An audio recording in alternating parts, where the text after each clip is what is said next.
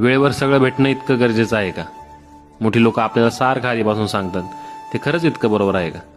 वेळेवर शिक्षण झालं पाहिजे, वेळेवर नोकरी मिळाली पाहिजे, वेळेवर सेटल झालं पाहिजे, वेळेवर लग्न झालं पाहिजे, खूप साऱ्या गोष्टी वेळेवर झाल्या पाहिजे. यातला एक क्रम जरी लेट झाला तरी दुसऱ्या गोष्टींवर प्रभाव पडतो.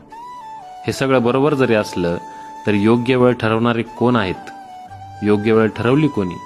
प्रत्येकाचं आयुष्य वेगळं, नशीब वेगळं, आणि ज्यांच्या पोटी जन्म घेतला ते आईवडील वेगळे आणि त्यांची परिस्थितीही वेगळी.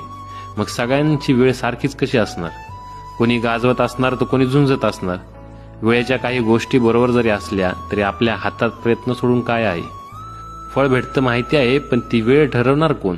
25चा पुढं वय गेलं की वेळ जास्त कळू लागतो. ज्यांनी वेळ घालवला वाया त्यांचं तर ठीक आहे, पण जे मेहनत करत राहिले त्यांच्या फळाची वेळ कोणाला माहिती आहे? तुकाराम महाराज यावर सांगतात, जन्माला येणं, दुःख, फळ भोगणं संचिताचा भाग आहे. यावर वाईट काही मानू नका. देवावर किंवा नशिबावर रुसवा काही धरू नका.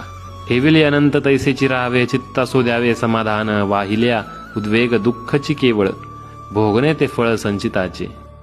प्रयत्न, वेळ, सगळं जे लावता येईल लावून द्या आणि सगळं देवावर सोडून द्या. मिळालं तर आपलं, नाही मिळालं तर पुन्हा प्रयत्न.